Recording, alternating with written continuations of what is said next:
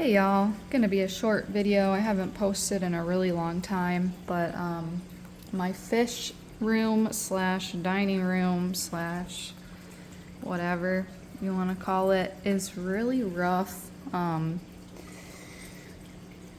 be perfectly honest, I just haven't had a lot of time to really put into my tanks or money for that matter.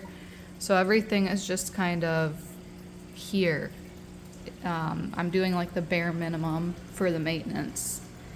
My turtle setup is so rough. She really needs a bigger tank at this point because she's growing.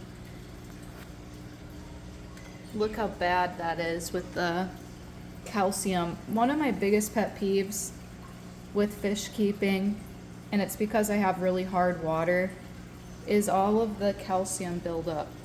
It drives me nuts, and you have to get in there, and the dust.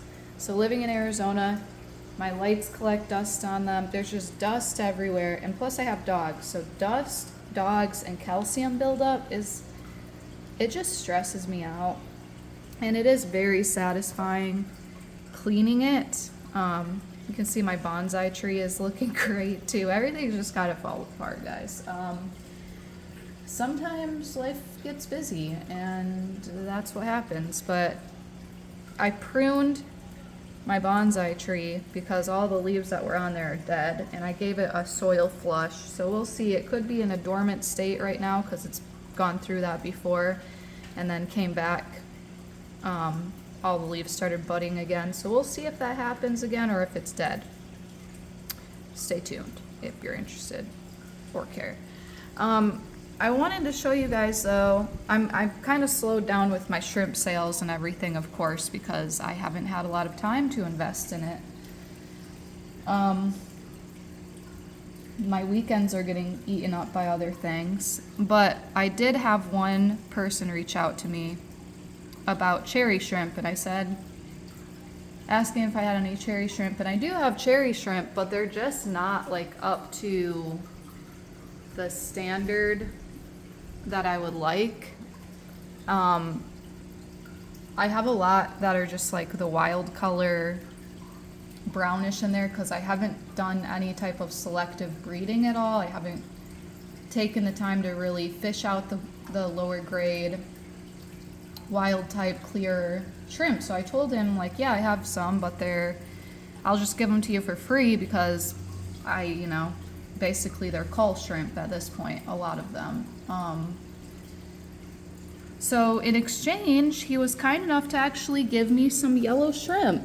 He said, well, do you want some yellow shrimp? And I said, sure. So now I got these yellow shrimp to add to the mix, even though I don't really want to take on more responsibility at this point, but why not? I had an extra tank I wasn't using.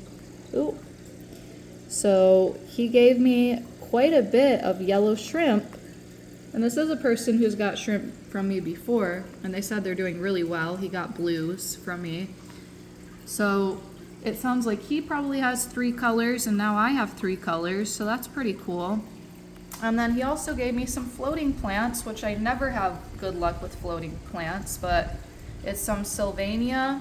I believe that's how you pronounce it. I'm not sure. You can correct me if I'm wrong.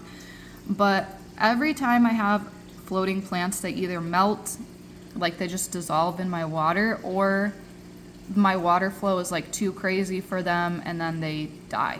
So the water flow in here, all I have is an air stone in the corner, and it's pretty slow to oxygenate the water. And then I am going to get a sponge filter in here. I have a lot of my Java moss from my other tank for quick cycling, and they've been doing well in here. They've been in here for a couple weeks now. So all of that Java moss came from my other tanks. And then, yeah, I'm getting the sponge filter too, which is gonna have a slow, it's gonna be controlled, like because I really want to, the flow of it's gonna be controlled, because I really want to be able to propagate floating plants, because I've never been successful. So that, he said he doesn't have any problem with the Sylvania. They just take over, and I don't think I've ever had that kind of floating plant. I've always tried like frog bit, and then I do have a video up of like when I was buying plants. I got like a variety pack of floating plants. They all died. So we'll see what happens with these. I did add a little bit of Seachem Flourish Excel in here just to make sure that they were getting any trace nutrients that they could be missing.